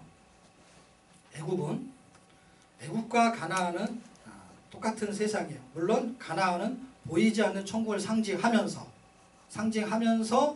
이 땅이 꼭 가나안 같은 세상이에요. 이 땅에 우리가 살면서 여전히 천국이 임재한 그런 동시에 볼 수 있는 환경을 조성하는 게 가나안이에요. 놀랍게도. 그런데 애굽이라는 건 도대체 뭐냐 할 때 애굽은 구원받아야 될 세상을 말하는 거예요. 구원받아야 될 세상. 그래서 반드시 거기에서는 탈출해야 돼요. 그래서 애굽에서 떠나왔어요. 그래서 옛날의 삶으로 돌아가면 안 돼요. 그럼 가나안은 무엇이냐? 구원의 삶을 살아야 될 세상을 상징하는 거예요. 이미 애굽은 떠나왔어요. 그런데 천국을 상징하는 세상에서 이제 천국을 상징하면서 세상을 상징하는 동시에, 다시 말하면 하나님의 천국을 경험하면서 여전히 세상을 경험할 수 있는 곳이 지금이에요. 그것이 가나안 땅입니다. 가나안 땅. 그 땅에서는 어떻게 돼요? 애굽에서는 종들에서 탈출하고요. 가나안 구원의 삶을 살아야 될 세상에서는 말씀으로 왕노릇해야 되는 그런 은혜가 흘러야 돼요. 그럼 지금 우리에게 이 문화에서 거룩한 것은 뭐가 흘러가야 되냐면 종노릇하는 데서 완전히 탈피해야 되고요. 또 하나는 말씀으로 왕노릇하는 것이 일어나야 되는 거예요. 그러니까 하나는 버려야 되는 것이고 하나는 취해야 되는 게 있는 거예요. 그 내 자아, 내 속성, 종노릇하는 그런 속성들을 버려야 되고, 그리고 하나는 말씀을 받아내서 그 말씀으로 살아내는 왕노릇의 삶을 사는 게 문화인 것입니다. 이 문화.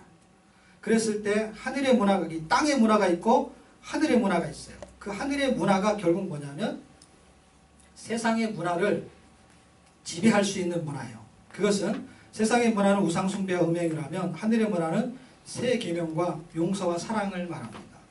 그럴 때 이 예통 90일을 하면서 그러면 예통의 문화도 있었으면 좋겠다 하는 생각을 갖게 됐어요. 세상의 문화가 있고 하늘의 문화가 있고 그 하늘의 문화를 가지고 사는 예스통도, 예수님의 통치를 줄여서 예통이라고 하거든요. 예수님의 통치가 임하는 문화도 있어야 되겠다. 그러면서 제가 성경을 읽다가 정말 우리 예통의 주제가 될 만한 성구를 하나 찾아냈어요. 고린도후서 1장 20절. 그걸 한번 성경이 있으시면 찾아보시고 없으면 제가 불러드릴게요.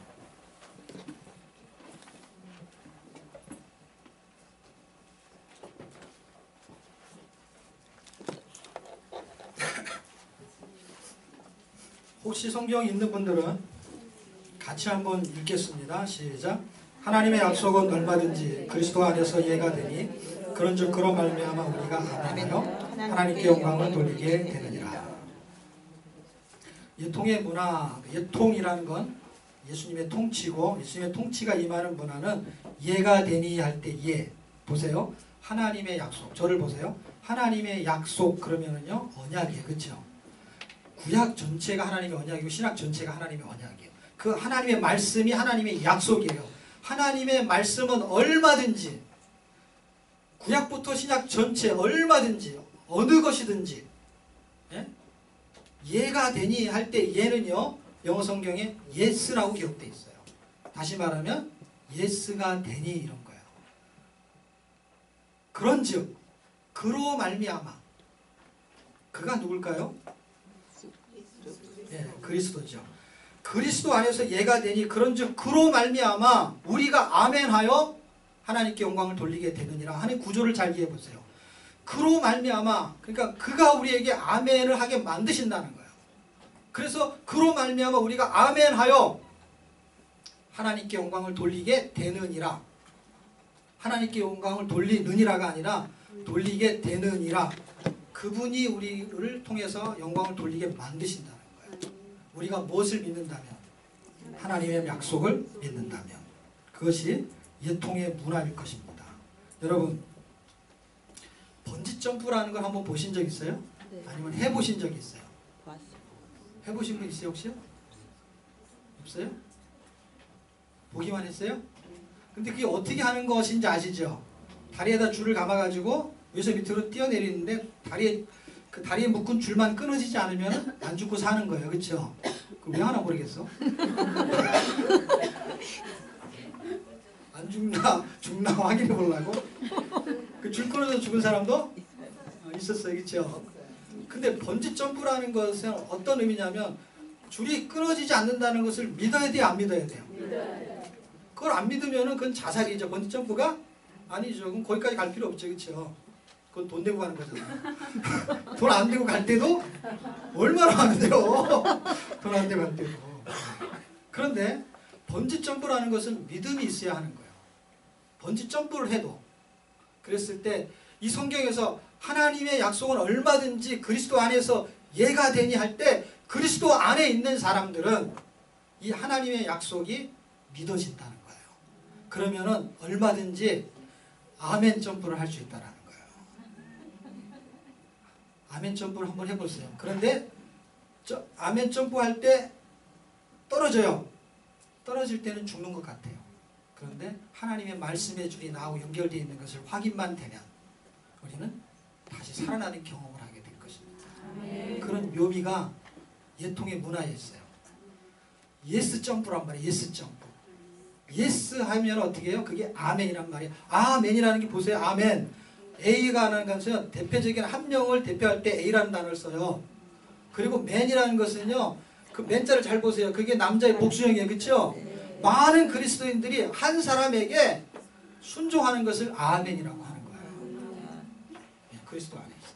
그래서 영어 단어가 그렇게 제 사전에만 있습니다. 딴 데 찾아보시면 없어요. 제가 그런 말들을 만들어내는 일들을 심심치 않게 합니다. 그래서 예스 점프, 이것은 믿음의 점프요. 그리스도 안에서 앙 되는 게 없어요. 안 되는 것도 없고 앙 되는 것도 없고 잘못된 것도 없고 부족한 것도 없습니다. 이것이 또 하나의 다른 것으로 나와준다면 용서 점프입니다. 용서도 점프하듯이 하는 거예요. 이게 쉬운 게 아니에요. 그냥 뭔가를 믿어야 돼요. 하나님의 약속을 믿어야만 할 수 있는 게 아멘 점프, 번지 점프. 번지 점프는 아니네. 그건 줄을 믿는 거죠. 뭔가 하나님의 약속을 믿는 사람들만이 할 수 있는 것이 예스 점프고 아멘 점프예요. 말씀을 믿는 자, 그의 문화는 바로 용서에서 나올 수 있다고 봅니다. 용서에서. 어떤 부흥회 때요. 부흥 강사가 왼수 없는 사람 손 들어보라 그랬어요. 여러분한테 제가 한번 해볼게요. 왼수 없는 분 손 들어보세요. 왼수와 같이 온 사람들은 손 들기가 곤란하죠. 집에 있는 사람들은 할 수 없는데 그럼 거의 손을 안 드는 거예요. 왼수가 다 있다는 거 없다는 거예요? 있다는 거죠. 그런데 저 끝에서 어떤 할배가 손을 드는 거예요. 사람들이 다 놀란 거 어떻게 저 사람은 왼수가 없을까? 막 경외의 눈치를 정말 신앙생활을 저렇게 해야 돼. 확실히 내가 그때 신앙생활 할 때부터 알아봤어. 저거 헌금 더 많이 하고 봉사도 많이 하고 내가 저럴 줄 알았어. 그랬더니 할배가 손을 들고요. 다 늙어가지고요. 한마디 하는 거야. 다 줄 거 없어. 원래는 있었는데 지금은 없다 이 말이야. 지금 다 죽었어. 제가 왼수의 원수를 갚는 법을 하나 가르쳐 드릴게요. 오늘 진도는 안 나가고 지금 뭐 진도 안 나가도 괜찮죠? 네. 왼수를 잡아야지 일단. 왼수가 중요하잖아요.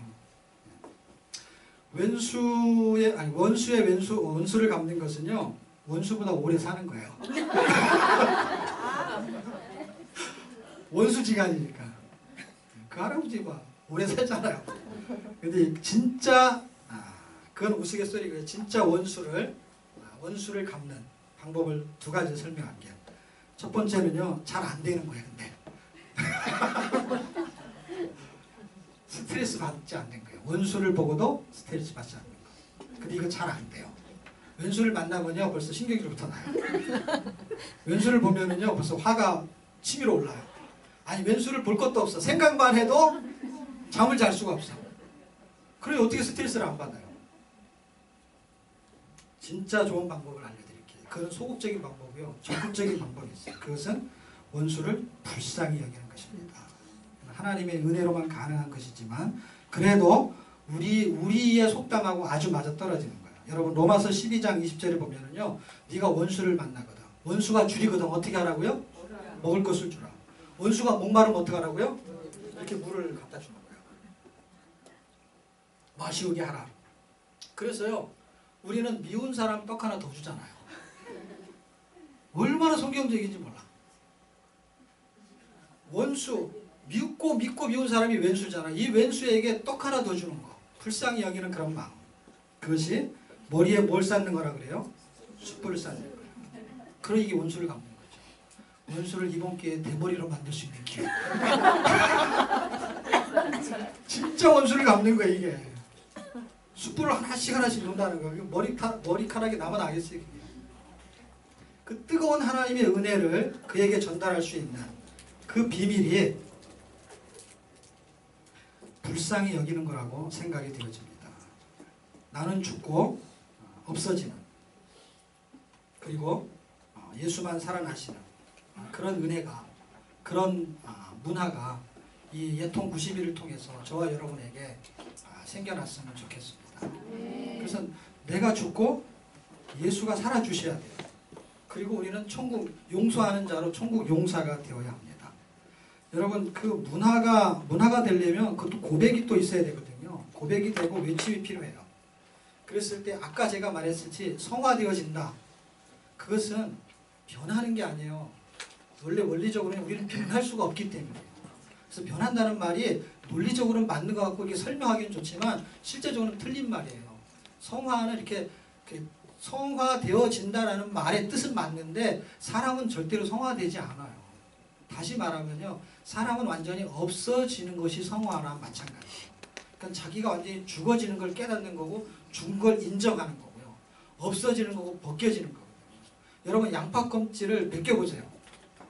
그러면 어떻게 돼요?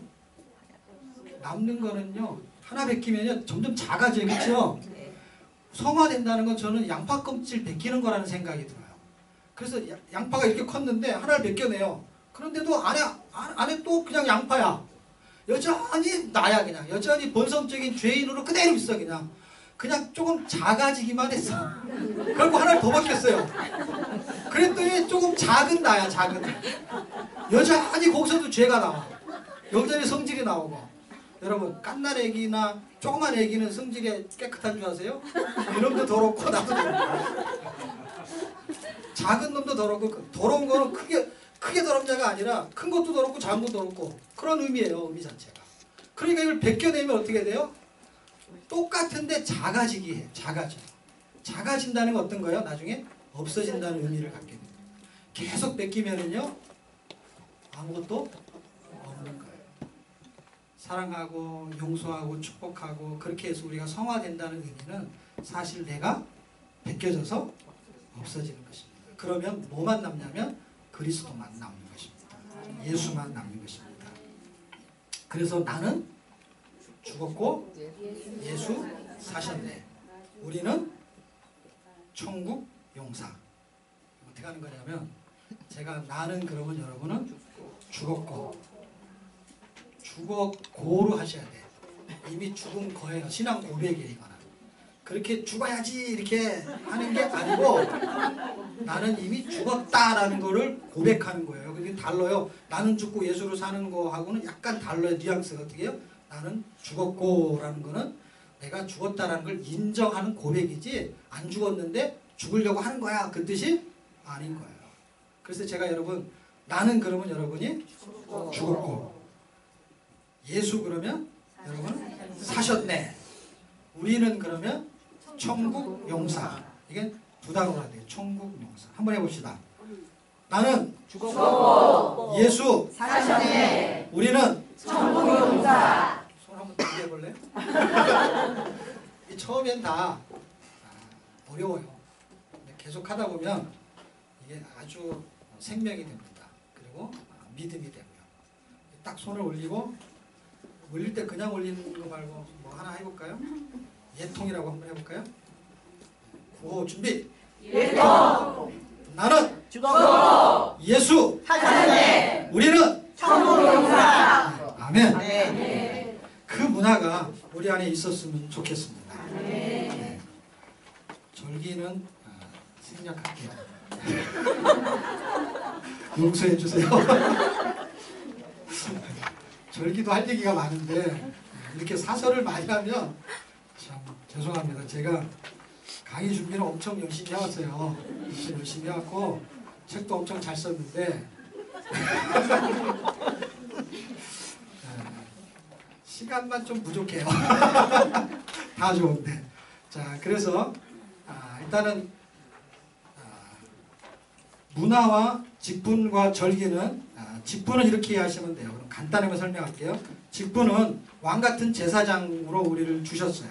그래서 우리는 그 직분을 가지고 축복하는 일을 해야 돼요. 왜냐하면 제사장이라는 직분은요, 민수기 6장에 보면은 너는 그 백성에게 이렇게 축복하라 그러면서 내 얼굴을, 그 하나님의 얼굴을 그 백성에게 돌리게 하라. 그리고 그들을 축복하라고 했어요. 제사장의 가장 중요한 일은 축복하는 것입니다. 그래서 우리가 왕같은 제사장으로 저와 여러분이 서로 축복하는 사이가 되었으면 좋겠고요. 절기는 유월절 주의 죽으심으로 우리가 함께 죽고, 초실절 주의 살으심으로 우리가 함께 살고, 초막절 주의 재림을 기대하면서, 오순절 성령의 인도하심으로 사는 예배자가 거룩한 삶을 살게 만드는 것입니다. 이것이 자신을 위해서, 세상을 위해서, 공동체를 위해서 사는 방향이 이 5가지의 거룩도요 3가지의 그 기준으로 쫙 나눠져요. 어차피 다 못할 거니까 그냥 할까요? 설명해 드릴게요. 자, 보세요. 나를 위해서 거룩하게 사는 것이요, 크게는 몸의 거룩과 삶의 거룩이 있어요. 몸의 거룩은 음식과 질병이고요, 삶의 거룩은 문화와 직분과 절기인데, 이 절기가 어떻게 설명되어지는지를 제가 이야기했고요. 이 5대 거룩이 어떻게 나누어지는지, 어떻게 세상을 향해 가는지를 보세요. 자신을 향해서, 그리고 세상을 향해서, 그리고 공동체를 향해서. 그랬을 때 세상을 향해서를 중심에다 두세요. 자, 보세요. 세상을 향해서다가요, 이 문화예요, 문화. 여기다가 중심을 두세요. 아까 화목제물에다 중심을 준 것처럼 이 5가지 배우는 방법도 가운데다가 초점을 잡으세요. 문화에다가 초점을 잡아요. 세상을 향하여 하늘 풍속으로 세상 풍속을 정화하는 거룩을 말하는 것입니다. 정화시켜 나가는 거예요. 이 세상. 이 세상이 더럽고 이 세상이 어둡다. 그것을 깨끗하고 바르고 밝게 만드는 것이 우리가 세상을 향한 거룩이에요. 그리고 나에 대한 거룩이 있고요. 그 다음에 공동체를 향한 거룩이 있어요. 중심을 가운데다 두시고, 자신을 향한 거룩은요, 하나님의 말씀으로 마음까지 거룩해지는 음식에서 깨끗해지는 것, 그리고 질병에서 깨끗해지는 것은 그리스도의 살과 피를 먹는 성찬으로 영혼까지 깨끗해지는 몸의 거룩한 생활을 말합니다. 그리고 공동체를 향하여 거룩한 것은 2가지가 있겠죠. 직분을 통해서 거룩한 거하고 절기를 통해서 거룩한 게 되겠죠. 그것은 공동체를 축복하는 직분을 갖는 것이고, 그리고 예배를 통해서 하나님과 소통하는 거룩을 갖게 되는 것입니다. 때로는 우리가 거룩한 생활을 못할 때가 있어요. 그래서 우리가 무너질 때가 있어요. 그때 이 마지막 절기가 정말 마지막 보루예요. 왜? 예배를 통해서 회복하는 은혜를 주시기 때문에 그렇습니다. 우리가 자신을 향해서, 그 다음에 세상을 향해서 우리가 무너질 때가 있어요. 공동체를 향해서도 무너질 때가 있어요. 그런데 마지막 절기의 예배에서 우리가 회복할 수 있는 것을 하나님은 마지막에 두셨던 것 같아요.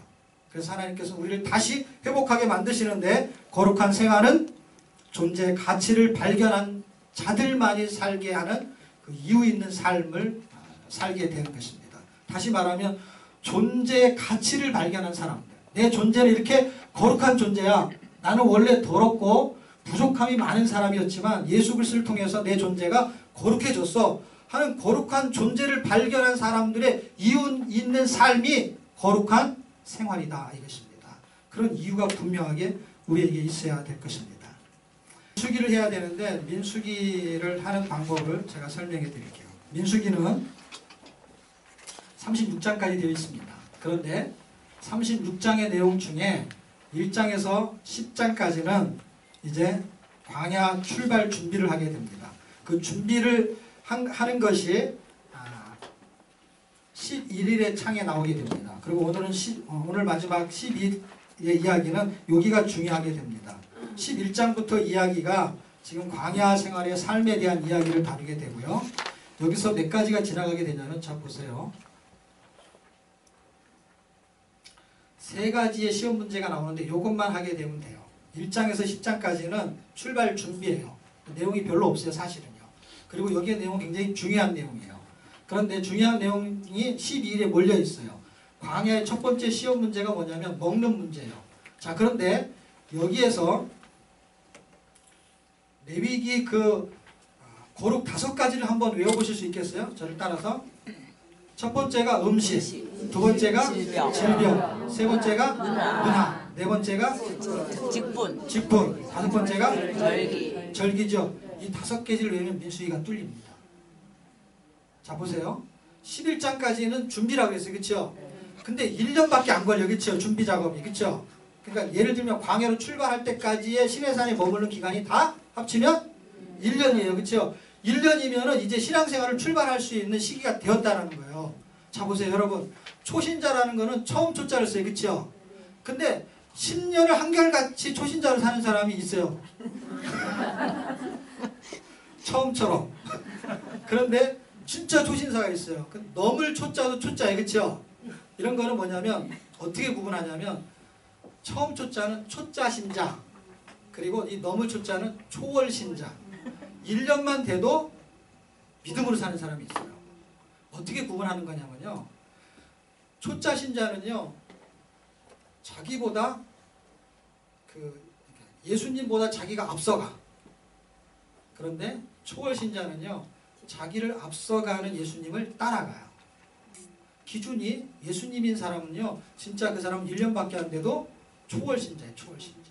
10년을 신앙생활 해도요. 초자신자는요. 자기 의로 살아요. 성경을 많이 아는 것은요. 중요하지가 않아요. 왜냐하면 성경을 많이 가르쳐 준 것은요. 그 말씀대로 살으라고 가르쳐 준 거기 때문에 누가 기준이 되느냐는 설명을 하는 거거든요. 근데 왜 1년이면 충분하냐면요.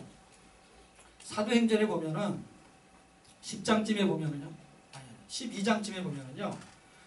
바나바하고 바울이라는 사람이 나와요. 그때까지는 사울이라는 이름을 쓰지만 그냥 바울이라고 합시다. 이 두 사람이 어디로 가냐면 안디옥 교회를 가요. 봤어요? 가는 거? 그때 보니까 가더라고요. 글로. 그 두 사람이. 거기 가가지고 1년 동안 열심히 뭘 가르쳤냐면 하나님의 말씀을 가르쳤어요. 그런데 그 하나님의 말씀이 구약일까요? 신약일까요? 구약이었죠. 구약이 지금 굉장히 중요해요. 구약의 복음이 다 들어있어요. 지난번 제가 설명했잖아요. 복음이 감춰진 것이 바로 율법이라는 거예요. 구약이란 말이에요. 그걸 풀어낸 게 신약이 된 거잖아요. 그러니까 바울이 1년 동안 계속해서 설명했던 거는 결국 뭐예요? 구약의 성경에서 뭘 가르쳤어요? 1년 동안? 그리스도를 가르쳤겠죠. 왜? 그들이 그리스도인이 되었으니까. 그리스도인이라는 것은요. 중국에 가서 제가 이 설명을 하면요. 중국 사람들이 뭐라 그러냐면 한문을 쓰니까요. 그리스도 인간이라 그래요. 우리는 그냥 그리스도인이야 그러냐. 거긴 굉장히 유식해가지고 그리스도 인간. 요괴 인간도 아니고 그리스도 인간이에요. 그러니까 그리스도와 인간이 붙었다 이 말이야. 하나가 됐단 말이에요. 그래서 그걸 그리스도인이라고 말한단 말이에요. 그리스도인이 어떻게 돼요? 그리스도처럼 됐다는 거잖아요. 그러니까 1년 동안 뭘 가르친 거예요? 그리스도를 가르쳤단 거예요. 근데 그게 1년이면은 충분했다 안 했다? 충분했다는 게 뭐가 증명해요? 누가 증명해요? 성경이 증명하고 있잖아요. 1년이면은 저는 기본 교육이 끝난다고 보는 사람이에요. 1년이면 충분하다는 거예요. 성경이 그렇게 말하고 있기 때문에. 그것도 구약에서 역사를 가리킨 게 아니라 그리스도를 가리켰기 때문에 역사학자가 나오는 게 아니라 그리스도인이 나왔단 말이에요. 그러면 1년에 지나서 세상으로 출발할 수 있어요. 근데 출발해서 신앙생활을 시작하는 게 민수기의 핵심이에요. 이 민수기의 핵심에서 시험 문제가 한 5가지가 나오는데요. 그 중에 2가지를 여기서 합쳐놔요. 제가. 이 첫 번째 시험 문제에서는요. 2가지를 합쳐놔요. 11장과 12장은 뭐가 나오냐면 보세요. 아까 우리가 레위기에서 5가지의 거룩을 설명했죠. 그래서 이 5가지의 거룩이 어떤 거냐면 레위기는 이렇게 살으라는 얘기죠. 그렇죠? 그럼 민수기는 그걸 그렇게 살아야 돼요? 안 살아야 돼요? 그렇게 살아야 되니까 5가지의 거룩이 여기 나와야 돼요? 안 나와야 돼요? 나와야 돼요. 이 5가지가 다 나옵니다. 놀랍게도. 하나님의 은혜가 저에게 이 책을 쓰기 전에 성경 통독을 하게 되었어요. 그런데 레위기에서 5가지 찾아내는 거는 그렇게 어렵지가 않았어요. 5가지로 요약하는 게. 근데 어느 날 민수기를 읽고 있었어요. 제가 민수기를 쭉 읽고 있는데 레위기의 기준에 의해서 민수기의 삶을 살고 있었는데 그 5가지가 너무 오버랩이 되는 거예요. 성경 장까지 정확하게 맞아떨어지게 음식과 질병과 문화와 절기와 직분과 절기가 이 11장에서 25장에 다 나오는 거예요. 근데 지금 우리는 20장까지만 해요. 그래서 4가지까지만 보게 될 거예요. 그 4가지까지 보는 거에 대한 그 위치만 지금 여러분이 잡으시고 제가 보충 설명을 할게요. 자 보세요. 11장에서 아까 제가 서두에 설명했어요. 레위기 11장에서 25장까지가 본론이라고 했어요. 거기에 5가지의 거룩이 나와요. 그런데 민수기 11장에서 25장까지를 본론이라고 했어요. 여기에서 5가지의 거룩이 나와요. 그런데 보세요. 그 거룩한 삶을 살으라고 했는데 민수기에서 그렇게 못 살았어요. 그러니까 뭐가 되냐면 경계의 거울이 되어버렸어요. 본보기가 됐단 말이에요. 이것을 바울이 저보다 더 정확하게 설명하는데 어떻게 설명하냐면 저는 5가지로 설명하는데 그분은 그냥 한 줄로 설명해요.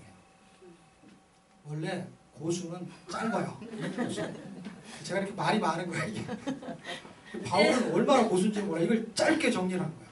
고린도서 10장 11절에 뭐라고 기록해놨습니까? 광야교회가 지금 고린도 교회의 경계의 본보기가 되었다는 거예요.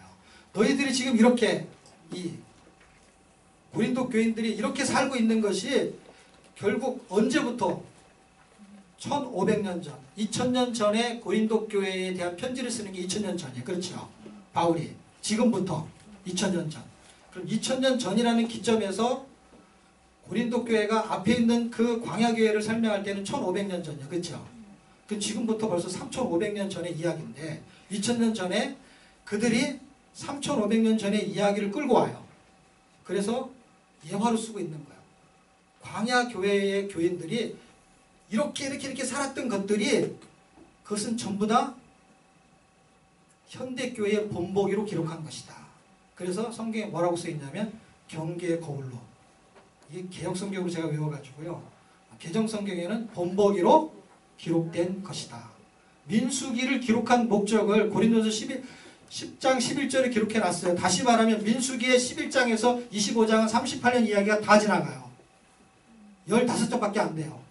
그래서 사건만 기록되는데 5가지의 그 거룩이 5가지의 경계로 등장한다는 거예요. 그랬을 때 보세요. 11장에서 나오는 그 음식에 대한 이야기가 여기도 11장에 나와요.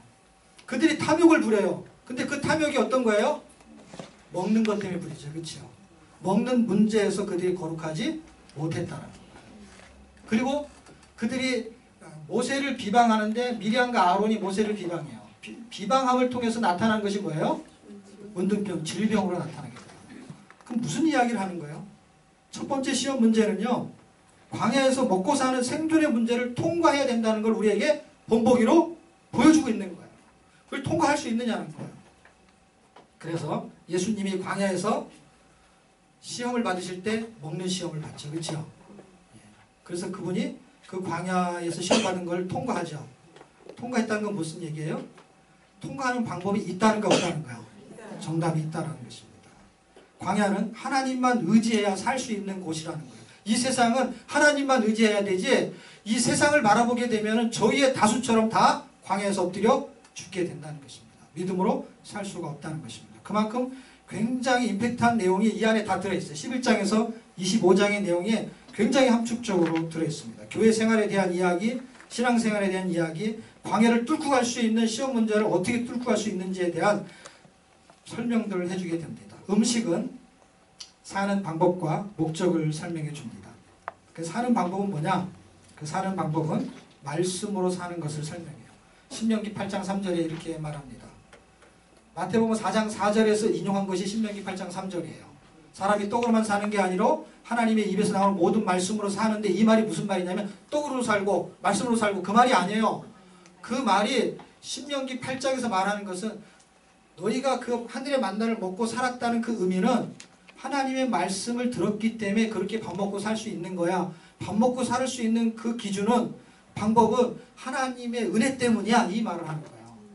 생각해 보세요. 하나님이 하늘에서 만나를 내려주지 않으면은 그들이 만나를 먹을 수가 없죠. 그러면은 만나를 먹어서 살았지만은 결국은 하나님이 없으면은 살 수가 없다라는 얘기를 하는 거예요. 그러니까 하나님의 말씀이 없이는 살 수 없다라는 이야기를 한 거고 예수님도 그 시험 문제를 통과할 때 이 대답을 하시면서 사람이 떡으로만 해서 사람이 이해가 안 돼서 그런 것이지 사람이 떡으로 산다는 것은 하나님 말씀 때문이야 이 말을 하는 거거든요. 그러니까 지금 우리가 밥 먹고 사는 것은요. 내가 노력해서 힘이 있어서 사는 것 같지만 실제는 하나님이 우리를 이렇게 먹고 살 수 있는 여러 가지 배경들을 만들어 주셨기 때문인 것이죠. 그것이 첫 번째 시험에서 통과할 수 있는 하나님의 은혜인 것입니다. 두 번째는요. 시험 문제는 신앙 고백을 하게 되는 거예요. 그게 문화에서. 그리고 세 번째는요. 자 보세요. 문화, 이게 지금 제목이 같지만 이게 문화예요. 13장 20장 사이의 문화. 두 번째 시험 문제는 문화예요. 하늘의 문화를 가지고 세상의 문화를 관통하고 통과하는 거예요. 그리고 세 번째 시험 문제는 하나님의 거룩을 나타내는 것입니다.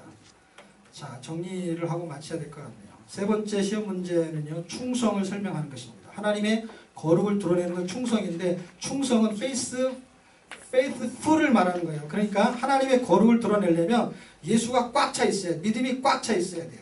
광야는 하나님의 거룩을 나타낼 기회이고, 그 직분은 감투가 아니고 하나님의 거룩을 나타낼 은혜인 것입니다. 감투는 직분을 자신을 나타내는 데 쓰는 거고요. 그래서 감투가 암투로 변하는 거예요. 그러나 직분은 충성이 되어집니다. 자신을 죽이고 예수를 드러내요. 그래서 광야 시대에 피할 길이 있다면, 이 광야를 통과할 수 있는 방법이 있다면, 이 고난과 환난을 형통하게 지나갈 수 있다면 말씀입니다.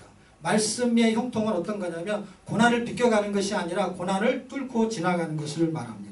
그것이 하나님이 우리에게 주신 형통입니다. 예수에게 피할 길이 있다. 그때 예수에게 피하면 그것은 대박입니다. 환난이 있을 때 예수에게 피해야 돼요. 그런데 어떤 사람은 예수를 피하는 사람이 있어. 그러면 피박을 보게 됩니다. 그런 은혜들이 여러분에게 있어서 세상이 감당치 못하는 그런 그리스도인이 되기를 축복합니다.